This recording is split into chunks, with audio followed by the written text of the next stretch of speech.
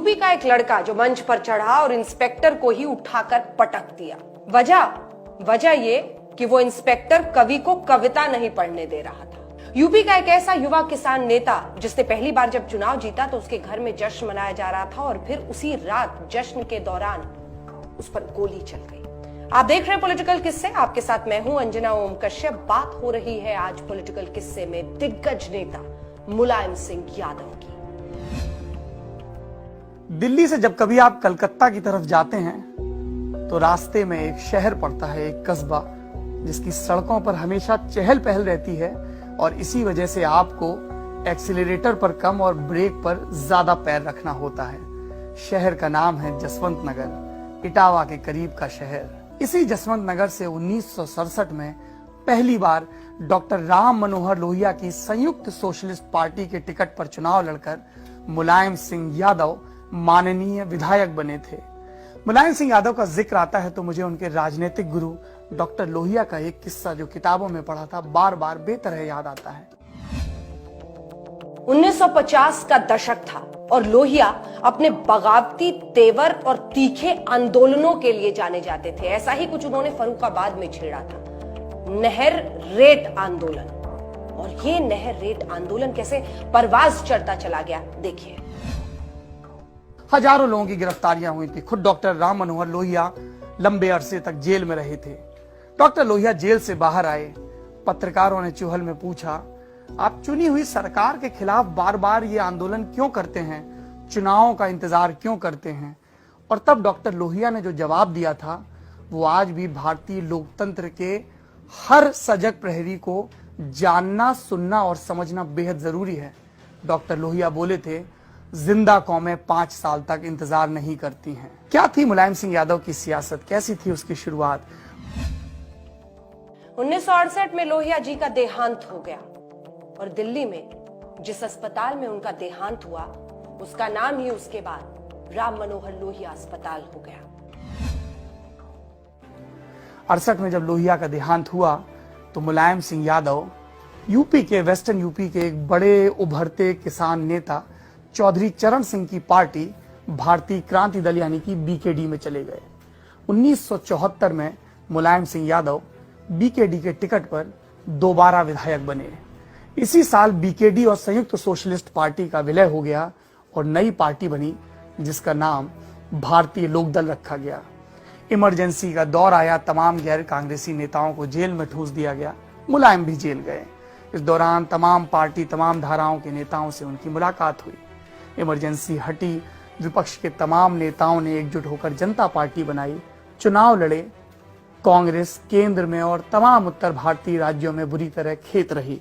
उत्तर प्रदेश में सरकार बनी जनता पार्टी की, मुख्यमंत्री बने राम नरेश यादव।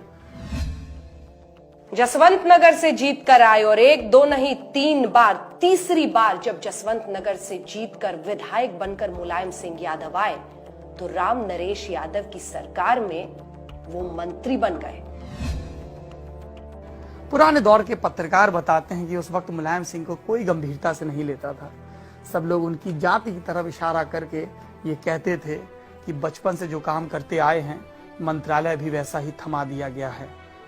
लेकिन मुलायम सिंह उस फौज के, उस कौम के नेता थे जिसने इन फिक्रों को अपनी ताकत बनाने का हुनर हासिल कर लिया था। सहकारिता मंत्रालय में उन्होंने तमाम बदलाव किए, कोऑपरेटिव कमेटीज के लिए रास्ता साफ किया और इसी से वंशवाद का रास्ता भी निकला, क्योंकि इसी सहकारिता के नए कानूनों के तहत 1988 में उनके छोटे भाई शिवपाल यादव ने पहले तो इटावा की जिला सहकारी बैंक पर कब्जा किया और फिर उसके सहारे धीमे धीमे पूरे प्रदेश की कोऑपरेटिव में अपने लोग बिठा दिए। आज की तारीख में भी शिवपाल की पत्नी सरला देवी कोऑपरेटिव से जुड़ी हैं और उनके बेटे आदित्य भी एक पद पर काबिज हैं। हमने क्रिकेट में और सिनेमा में कई बार देखा है, जब एक बड़े नाम, बड़ी ख्याति वाला प्लेयर जाता है तब जगह खाली होती है, लोग छाती पीटते हैं कि अब इस जगह को कौन भरेगा, और तब उस नई जमीन पर कुछ अंकुर खिलते नजर आते हैं। मुलायम सिंह यादव का भी राजनीतिक कद तब ठीक से बढ़ना शुरू हुआ जब उनके राजनीतिक गुरु चौधरी चरण सिंह का देहांत हो गया। साल था 1987। हालांकि इसके फौरन बाद उनकी बनाई पार्टी लोकदल के संगठन पर कब्जे को लेकर चौधरी साहब के बेटे अजीत सिंह और उनके शिष्य मुलायम सिंह के बीच संघर्ष छिड़ गया अजीत सिंह जो उस वक्त राज्यसभा के सांसद थे, उन्होंने लोकदल के बहुमत में विधायकों को इकट्ठा किया और उन्हें इस बात के लिए राजी किया कि वो नेता प्रतिपक्ष के सीट से मुलायम सिंह यादव को बेदखल करें। मुलायम सिंह यादव को अजीत सिंह के इरादों की भनक लग गई। उन्होंने पार्टी के कार्यालय में और तमाम मीटिंग की जगहों पर ताले डलवा दिए और अपने लठैत तैनात कर दिए। इसके बावजूद किसी तरह से अजीत सिंह अपने मंसूबे पूरे करने में कामयाब रहे। कुछ विधायकों को प्रलोभन देकर और कुछ को पिता के प्रति पुरानी वफादारी का हवाला देकर एक कागज पर दस्तखत करने के लिए कहा गया। कागज गवर्नर को सौंपा गया, विधानसभा के अध्यक्ष को सौंपा गया और इसके बाद लोकदल के नए बने दल ने, जिसको लोकदल आ या लोकदल अजीत कहा गया, एक नया नेता चुन लिया। दूसरे धड़े को लोकदल बा कहा गया क्योंकि उसके अध्यक्ष हेमवती नंदन बहुगुणा थे, मगर बहुगुणा नाम भर के अध्यक्ष थे। असल में सारी सियासी चालें मुलायम सिंह यादव चल रहे थे। मुलायम सिंह जो 2-3 बरस से नेता प्रतिपक्ष थे, अचानक बेहद कमजोर पड़ गए थे, लेकिन ये कमजोरी सिर्फ संख्या के बल पर थी। विधानसभा के सत्र में अभी भी मुलायम सिंह यादव सबसे ज्यादा गरजते थे और हर तरह से पहले वीर बहादुर सिंह और फिर एनडी तिवारी की सरकार को घेरने की कोशिश किया करते थे। फिर विश्वनाथ प्रताप सिंह ने कांग्रेस छोड़ दी, जन मोर्चा बनाया और पूरे देश में बोफोर्स घोटाले और तमाम घोटालों की बात होने लगी। कांग्रेस विरोधी माहौल तैयार होने लगा। इसी दौर में एक मेटाडोर पर सवार होकर मुलायम सिंह यादव यूपी के गांव देहातों की धूल फांकने निकले या कि अपने चुनावी किले की बंदोबस्ती का जायजा लेने के लिए निकले। वक्त आया 1989 का, दिसंबर का महीना। देश में लोकसभा के चुनाव हुए, साथ में विधानसभा के चुनाव हुए। लोकसभा के चुनाव में जनता दल राष्ट्रीय मोर्चा बनाकर उभरा। उसको वाम मोर्चे ने सपोर्ट दिया, बीजेपी ने सपोर्ट दिया। कांग्रेस अभी भी सबसे बड़ी पार्टी थी, लेकिन सरकार बनाने की उसकी हैसियत नहीं थी। तो राजीव गांधी ने राष्ट्रपति को सूचित किया कि हम विपक्ष में रहेंगे। उधर उत्तर प्रदेश में क्या हो रहा था, 421 सीटों पर चुनाव हुए और जनता दल 208 सीटों पर चुनाव जीता। अब बारी आई मुख्यमंत्री के पद पर दावेदारी की। 3 दावेदार थे, मुलायम सिंह यादव, चौधरी अजीत सिंह और एक तीसरा नाम था अमेठी रियासत के राजकुमार संजय सिंह का। मुलायम सिंह यादव के साथ ज्यादातर विधायक थे। लोक दल के समय से वो अपनी फील्डिंग सेट करने में लगे हुए थे। अजीत सिंह को विश्वनाथ प्रताप सिंह का भरोसा था। राजा मांडा को अजीत सिंह ने सपोर्ट किया था जन मोर्चा के दिनों से। और जब जनता दल में विश्वनाथ प्रताप सिंह, देवीलाल और बलिया के चंद्रशेखर के बीच प्रधानमंत्री की कुर्सी को लेकर रस्साकशी चल रही थी, तब भी अजीत सिंह पूरी मुस्तैदी और मजबूती से वेस्टर्न यूपी के अपने आधार के साथ वीपी सिंह के पीछे खड़े रहे। 2 दिसंबर 1989 को जब जनता दल की संसदीय पार्टी की मीटिंग हुई, तब वीपी सिंह के नाम का प्रस्ताव भी अजीत सिंह ने रखा था। उसी दिन शाम को लखनऊ में भी एक मीटिंग होनी थी, जनता दल के विधायक दल की मीटिंग। दिल्ली से 3 नेताओं को भेजा गया था पर्यवेक्षक बनाकर। मुफ्ती मोहम्मद सईद, जो 3 दिन के बाद वीपी सिंह की सरकार के गृह मंत्री बनने वाले थे, और उसके 3-4 महीने के बाद उनकी बेटी डॉक्टर रूबिया सईद का अपहरण होने वाला था और उस बेटी को छोड़ने के एवज में सरकार को जम्मू कश्मीर लिबरेशन फ्रंट के कई आतंकवादियों को छोड़ना पड़ा था। आज भी कभी जब आप कश्मीर के आंदोलन के दौरान दाढ़ी वाले लेकिन मुचके से मुंह वाले एक नेता को, जो कि पूर्व आतंकवादी था, यासीन मलिक को देखते हैं, तो मुझे रूबिया सईद के अपहरण का किस्सा नजर आता है, जो कि कई बार फिल्मों में भी दिखाया गया। बहरहाल दूसरे नेता थे खाटी समाजवादी, शब्द के सही अर्थों में समाजवादी, मधु दंडवते। ये मधु दंडवते ही थे जिन्होंने 1977 और 78 के दौर में भारतीय जनसंघ से जनता पार्टी में आए नेताओं की दोहरी सदस्यता पर सवाल उठाए थे। ये नेता एक तरफ तो जनता पार्टी के साथ थे, दूसरी तरफ राष्ट्रीय स्वयंसेवक संघ से भी अपना नाता नहीं तोड़ रहे थे। मैं अटल बिहारी वाजपेयी और आडवाणी की बात कर रहा हूं। मधु दंडवते के विरोध के बाद जनता पार्टी में नए सिरे से अलगाव शुरू हुआ था। तीसरे नेता थे गुजरात के चिमन भाई पटेल। इनको गुजरात में जब छात्र आंदोलन शुरू हुआ तो चिमन चोर भी कहा जाता था, भ्रष्टाचार के कई आरोप लगे थे। चिमन भाई पटेल इस देश के उन चुनिंदा नेताओं में भी थे जो रातों रात पूरी कैबिनेट, पूरे विधायक दल के समेत पार्टी बदल लिया करते थे। ये हुनर हरियाणा के भजन लाल को भी था। खैर, तीनों नेता लखनऊ पहुंचे, विधायक दल की मीटिंग हुई अजीत सिंह भरोसे में थे, उनके सपोर्टर जिंदाबाद के नारे लगा रहे थे। और जब चुनाव के नतीजों का ऐलान हुआ तो मुलायम सिंह मुस्कुराते हुए बाहर निकले। अजीत सिंह के समर्थक नाराज हो गए। उन्होंने दरवाजा पीटना शुरू कर दिया और अपने नेता पे यह दबाव डालने लगे कि उन्हें किसी भी कीमत पर वीपी सिंह की कैबिनेट में शामिल नहीं होना चाहिए। मगर अजीत सिंह को मालूम था कि इस वक्त सत्ता का मलाई से भरा हुआ घड़ा फूटा है। छीके से हिस्से में जितनी भी मलाई आए चाट लेनी चाहिए, आगे के वक्त काम आएगी। वो दिल्ली वापस लौटे और वीपी सिंह की सरकार में कैबिनेट मंत्री बने। हालांकि दिल्ली में रहकर भी उन्होंने मुलायम सिंह की सियासत के खिलाफ चरस बोना बंद नहीं किया। मुलायम सिंह यादव का अगला किस्सा, कैसे उन्होंने अपने भाई, भाई के बाद दूसरे भाई, दूसरे भाई के बाद चचेरे भाई, कैसे भाइयों के साथ और अपने गुरु के ही साथ दांव खेल दिया मुलायम सिंह यादव ने। साल था 1992 का। उससे पहले 1990 के दौर में जनता दल में टूट हो चुकी थी। चंद्रशेखर के नेतृत्व में एक धड़ा अलग हो चुका था। एक नई पार्टी बनी थी जिसका नाम सजपा यानी कि समाजवादी जनता पार्टी रखा गया था। जनता पार्टी इसलिए भी रखा गया था क्योंकि चंद्रशेखर लंबे वक्त तक, जब जनता पार्टी आकार में बहुत छोटी रह गई थी, तब भी इसके अध्यक्ष बने रहे थे और इसीलिए उनका तखल्लुस हमेशा अध्यक्ष जी रहा। तो समाजवादी जनता पार्टी बनी, मुलायम सिंह उनके साथ रहे। केंद्र में कांग्रेस के सपोर्ट से चंद्रशेखर प्रधानमंत्री बने और यूपी में कांग्रेस के सपोर्ट से मुलायम सिंह यादव मुख्यमंत्री बने रहे। लेकिन 1991 में फिर चुनाव हुए। चुनाव में राम लहर पर सवार होकर बीजेपी यूपी की सत्ता में आई, कल्याण सिंह मुख्यमंत्री बने। इसके बाद चंद्रशेखर और मुलायम सिंह यादव के बीच टकराव बढ़ने लगा। 24 विधायक थे यूपी की विधानसभा में सजपा के परचम तले और इस संख्या के आधार पर वो राज्यसभा के चुनाव में एक कैंडिडेट को चुनकर भेज सकते थे। चंद्रशेखर चाहते थे कि मोहन सिंह का नाम प्रस्तावित किया जाए, मगर मुलायम सिंह यादव ने ऐन वक्त पर अपने भाई, कॉलेज में मास्टर राम गोपाल यादव का पर्चा भरवा दिया।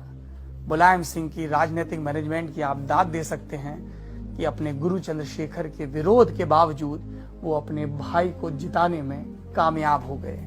और इसके बाद ये तय हो गया कि अब चंद्रशेखर और मुलायम सिंह के रास्ते एक नहीं हो सकते। अक्टूबर-नवंबर 1992 का वक्त, जब मुलायम सिंह यादव ने एक नई पार्टी का लखनऊ में ऐलान किया। पार्टी का नाम रखा समाजवादी पार्टी। उस वक्त समाजवादियों के कई धड़े थे। जनता दल अपने अस्तित्व के लिए जूझ रहा था, सजपा के साथ कई नेता थे और अब एक नई पार्टी आ गई थी। किसी ने भी मुलायम सिंह यादव को गंभीरता से नहीं लिया था। बाद में वो तमाम नेता जो मुलायम के आला सिपहसालार बने, उस वक्त उनके खिलाफ बयान दिया करते थे। फिर वो चाहे इलाहाबाद के रेवती रमन सिंह हो या बहराइच और बाराबंकी के इलाके से आने वाले बेनी प्रसाद वर्मा या फिर दूसरे नेता।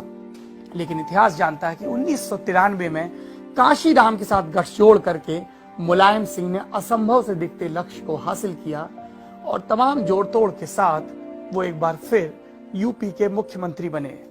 मगर जिस तरह के धोखे मुलायम सिंह ने अपने गुरुओं को दिए थे, जिस तरीके दांव पेच के जरिए वो लखनऊ पर काबिज हुए थे, एक वैसा ही धोखा उनके साथ भी हुआ। और इस बार उन्हें चित्त करने वाला कोई नेता नहीं, एक आईएएस अफसर था। मैं बात कर रहा हूं हरियाणा से ताल्लुक रखने वाले लेकिन यूपी काडर के आईएएस अधिकारी पीएल पुनिया की, जो बाद में ब्यूरोक्रेसी छोड़कर कांग्रेसी हो गए, सांसद रहे और लंबे वक्त तक एससी कमीशन के अध्यक्ष भी रहे। पीएल पुनिया को मुलायम सिंह यादव इस रणनीति के तहत मुख्यमंत्री सचिवालय में लेकर आए थे कि वो जाति से दलित हैं। उनकी पार्टी को सबसे बड़ा सपोर्ट बहुजन समाज पार्टी का है, जो दलितों की पार्टी है मुख्यतः। और पीएल पुनिया मुलायम सिंह यादव और काशीराम के बीच पुल का काम करेंगे। मुलायम सिंह बहुत भरोसा करते थे पीएल पुनिया पर। और बसपा की भी जो नंबर 2 थी मायावती, जो उस समय बसपा की राष्ट्रीय महासचिव और राज्यसभा की सांसद थी, वो अपनी मांगों की फेहरिस्त पीएल पुनिया को ही सौंपा करती थी। मगर मुलायम सिंह को ये पता था कि ये राजनीतिक गठजोड़ लंबे वक्त तक नहीं चलेगा और इसलिए उन्होंने अपने दम सरकार बनाने की तैयारियां शुरू कर दी।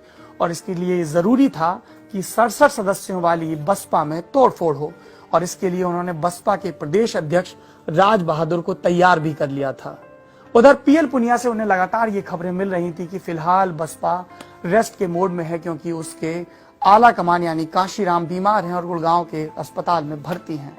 लेकिन ऐन मौके पर तख्ता पलट हो गया। बीजेपी ने कांशीराम को सपोर्ट का लेटर सौंप दिया और मुलायम सिंह खिसियानी बिल्ली खंबा नोचे की कहावत को अमली जामा पहनाते नजर आए। 2 जून 1995 को यूपी में कुख्यात गेस्ट हाउस कांड हुआ। सपा से जुड़े गुंडों ने बसपा के विधायकों का अपहरण करने की कोशिश की, नाकाम रहे। बीजेपी के ब्रह्मदत्त द्विवेदी सरीखे नेताओं ने दखल दिया और फिर बाद में गवर्नर मोतीलाल वोरा ने पुलिस के अधिकारियों को सख्त निर्देश दिए और उसके बाद मायावती सत्ता में आई। मुलायम सिंह के इधर के ज्यादातर किस्से आपको पता हैं। अब मैं आपको मुलायम सिंह के आखिरी 2 किस्से रिवाइज करवाना चाहूंगा, या जो कि सियासत के लिहाज से नए हैं उन्हें बताना चाहूंगा। पहला किस्सा 1996 के दौर का है, जब लोकसभा के चुनाव हुए। सबसे बड़ी पार्टी बनी बीजेपी और अटल बिहारी वाजपेयी ने शपथ ली। 13 दिन सरकार चली, समर्थन के लिए ज्यादा दल आगे नहीं आए और सरकार गिर गई। इसके बाद संयुक्त मोर्चा की सरकार बनी, जिसमें सबसे ज्यादा नंबर था जनता दल के सांसदों का। सबसे पहले विश्वनाथ प्रताप सिंह से कहा गया कि आप प्रधानमंत्री बनिए, लेकिन मंडल की राजनीति के मसीहा ने अपने खराब सेहत का हवाला देते हुए इनकार कर दिया। जनता दल के लिए नए नेता की खोज शुरू हुई। लालू यादव सबसे बड़े दावेदार थे, लेकिन लालू यादव के नाम पर दूसरे दलों के नेता तैयार नहीं हो रहे थे और तब कर्नाटक के मुख्यमंत्री एच.डी. देवेगौड़ा को प्रधानमंत्री बनाकर दिल्ली लाया गया। मगर 1-1.5 बरस में ही ये सरकार गिर गई।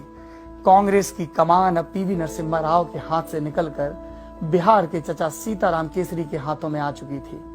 केसरी ने खुद प्रधानमंत्री बनने के मंसूबे पाल लिए थे और इन्होंने एड़ी लगाकर देवेगौड़ा की सरकार गिरा दी।